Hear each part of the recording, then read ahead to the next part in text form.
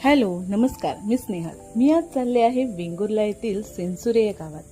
मी या ठिकाणी आले आहे कारण विश्वाची आई इच्छामातेचे मंदिर इथे बांधलं जात आहे.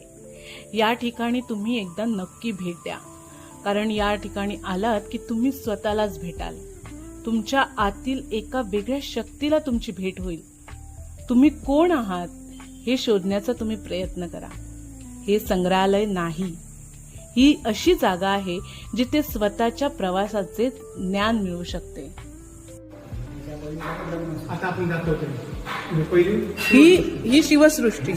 पहिलीच नाही ही पहिली 2 नंबर जीवसृष्टी आणि पलीकडे जे डोंगराला ती ब्रह्मसृष्टी. जीवशिव आणि ब्रह्म, जीवसृष्टी शिवसृष्टी ब्रह्मसृष्टी. काकांनी खूप सुंदर पद्धतीने सर्व समजावून सांगितलं. या मूर्त्या बघून इथे एक समजतं की इथे मंदिर जरी असलं तरी शिकवण मात्र सर्व धर्म समभावाची आहे. या सर्व शिल्पकलेतून आपल्याला जीवनापूर्वीचा आणि जीवनानंतरचा जो काही आपला प्रवास आहे तो इथे बघायला मिळतो. या सजावटीच्या मागे एक सुंदर अशी देवीची मूर्ती आहे. जेव्हा कोणतीही मूर्ती घडवली जाते, मग ती दगड, धातू किंवा इतर कोणत्याही पदार्थाची असो, तेव्हा ती केवळ एक भौतिक वस्तू असते.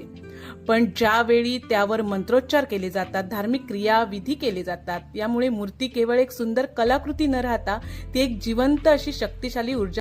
देवीच्या मूर्तीवर चैतन्य निर्माण करण्याचे सर्व विधी पूर्ण झाले की ती मूर्ती या पृथ्वीवर विराजमान होणार आहे, जेणेकरून आपल्यासारख्या सर्व भक्तांना ती दर्शन देऊ शकेल.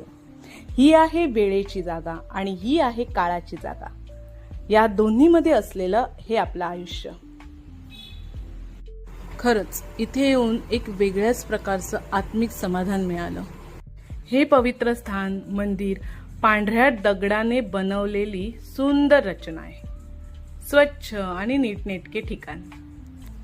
ही मूर्ती आहे सोहम म्हणजे शंकराचे एक रूप, आणि ही मूर्ती आहे या मंदिराचे रचनाकार श्री सद्गुरू बाल दत्तनाथ. मंदिरात सुंदर असा कैलास पर्वत सुद्धा बनवला आहे. त्या कैलास पर्वतावर आपल्याला 12 ज्योतिर्लिंगाचं दर्शन सुद्धा होतं. सिंधुदुर्गातील प्रसिद्ध श्रीदेव वेतोबा मंदिराच्या अगदी काही अंतरावर हे मंदिर आहे. मंदिराचं बांधकाम पूर्ण झालं की हे अधिक विशेष सुंदर दिसेल. तुम्ही या मंदिराला एकदा नक्की अवश्य भेट द्या. आणि व्हिडिओ आवडला असेल तर लाईक नक्की करा.